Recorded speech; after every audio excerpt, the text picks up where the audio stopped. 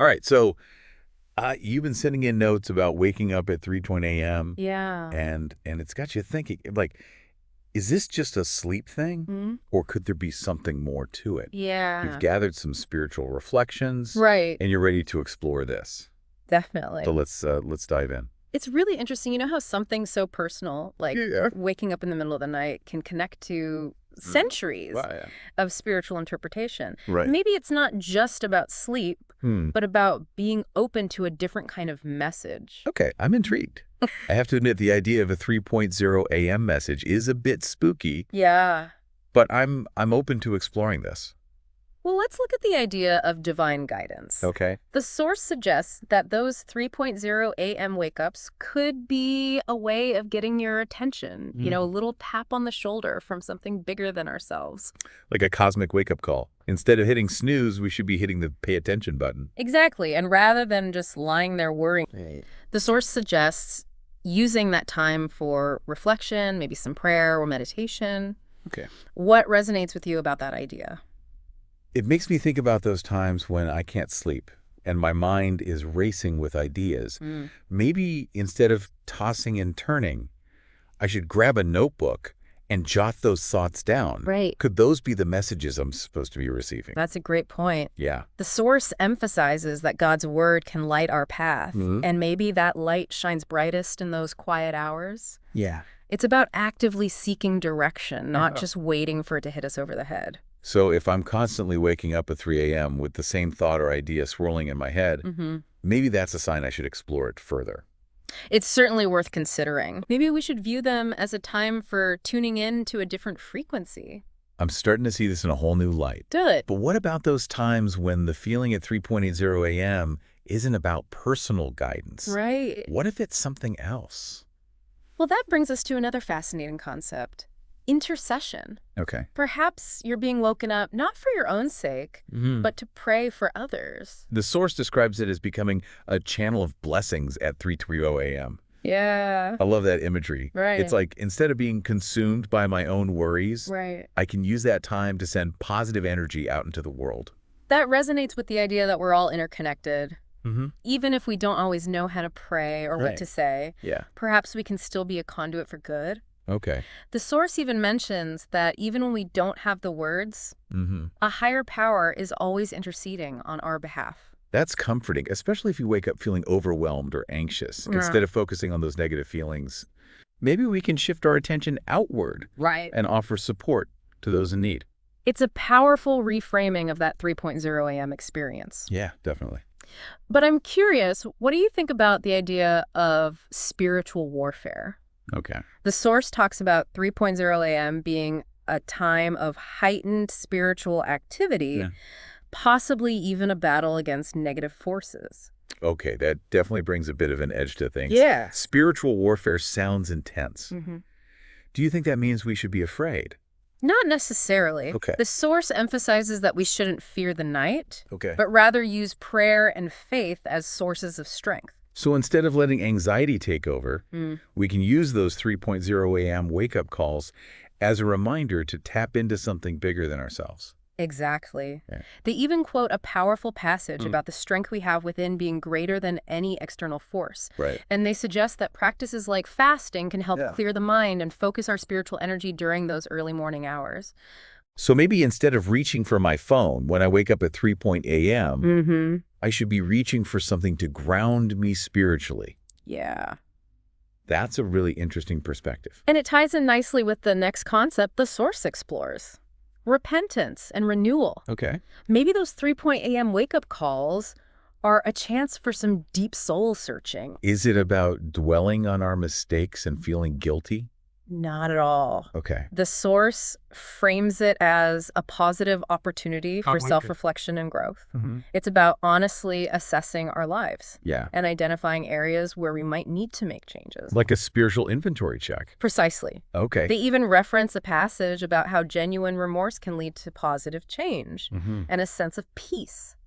So maybe those 3 a.m. wake-ups are a nudge to get things right, Yeah. both with ourselves Right. and with whatever higher power we believe in. It's about aligning our actions with our values Right. and striving for a sense of wholeness. And the source gets particularly poetic when describing 3.0 a.m. as a time for deep connection with the divine, free from the distractions of daily life. That resonates with me. There's definitely a different energy to those early morning hours. Right. It's almost like the world is holding its breath.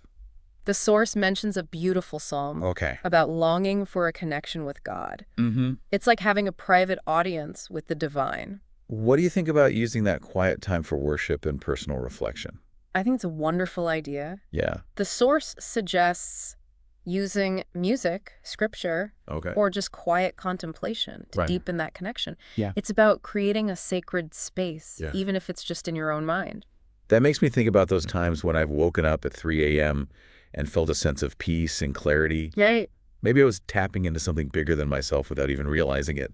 Perhaps. The source also suggests that 3.0 a.m. can be a time for receiving special insights and revelations.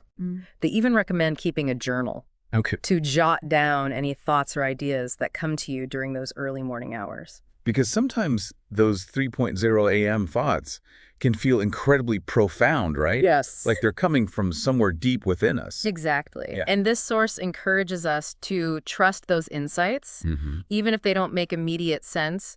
They remind us that we don't always have to rely on our own limited understanding. So maybe that aha moment you have at 3 a.m. isn't just a random thought. Right. It could be a message guiding you towards something greater. That's a powerful way to look at it. Yeah. But what do you make of the idea that these wake-up calls could be preparation for challenges and opportunities ahead? The source uses the story of the Israelites wandering in the desert as an analogy.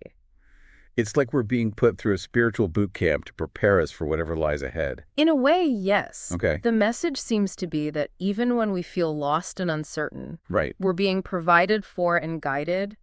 It's a reminder to trust that we have the strength to face whatever challenges come our way. So maybe those 3.0 a.m. worries are actually opportunities to surrender our anxieties and trust in a higher power. Precisely. It's about shifting our perspective from fear to faith.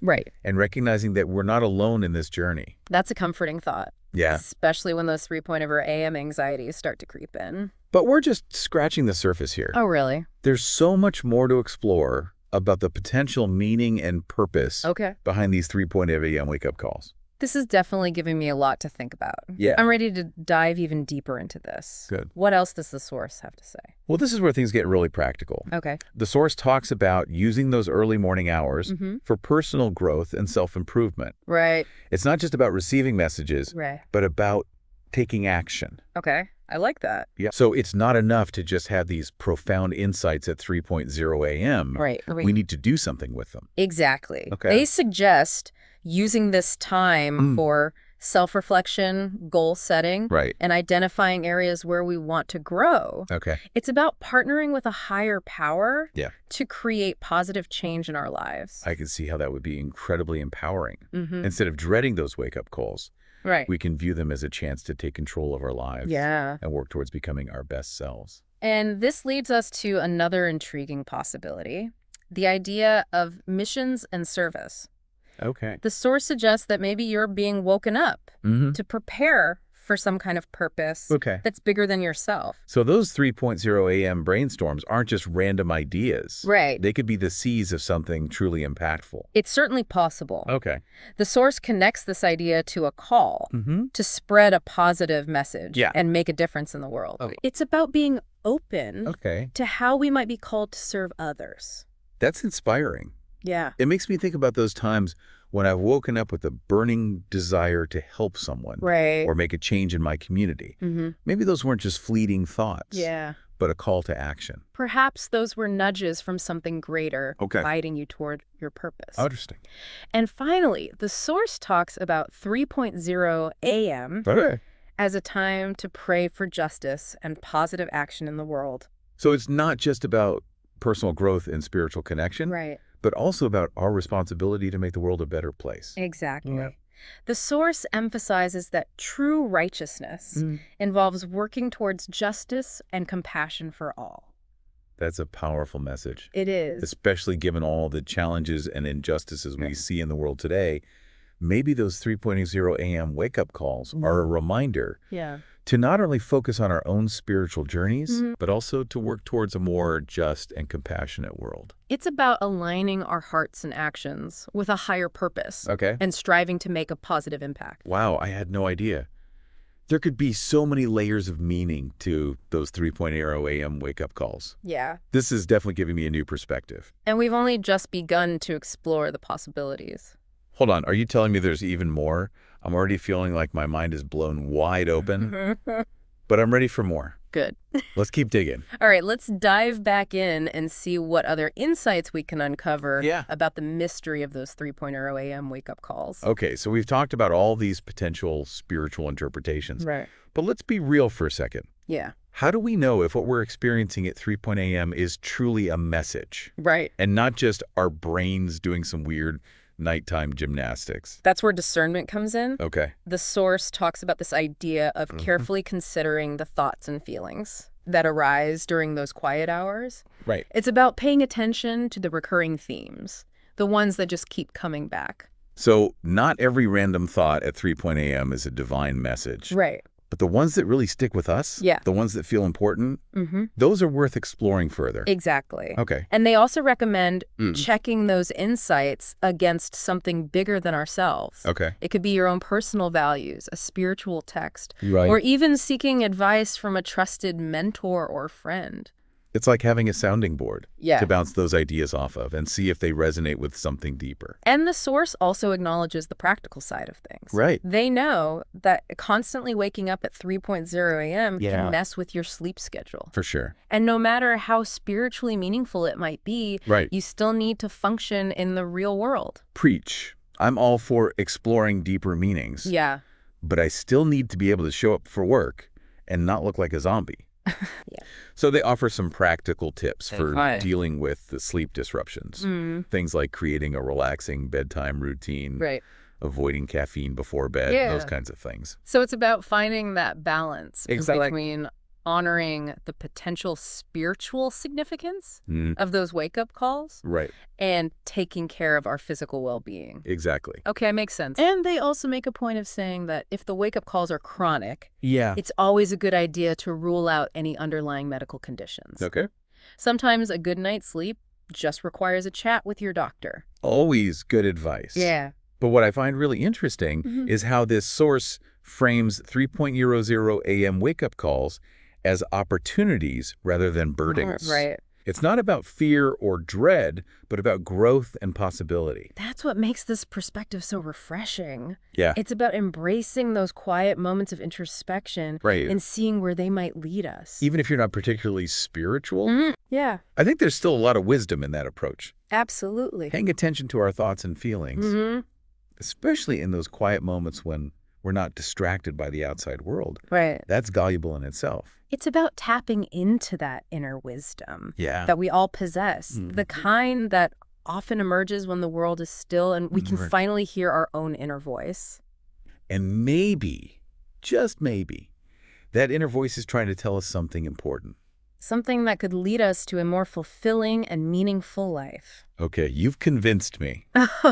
I'm officially on board with the idea of 3.0 a.m. wake-up calls as potential opportunities. Now, hold on. I wouldn't go that far just yet. Where's your sense of adventure? My sense of adventure is tempered by a healthy dose of critical thinking. All right. We always encourage our listeners to explore these ideas with an open mind, but also with a discerning heart. Fair enough. Yeah. But there's something magical about those pre-dawn hours, don't you think?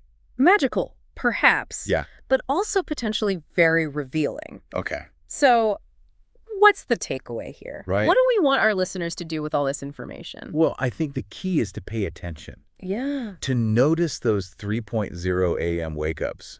Listen to what they might be trying to tell us. Right. And explore those messages with both curiosity and a discerning mind. Don't just dismiss them as insomnia or a random quirk of your sleep cycle. Because you never know. Right. They might just lead you to something extraordinary. You know, speaking of extraordinary, I have a personal story about a 3.0 a.m. wake-up call that changed the course of my life. Whoa, hold on.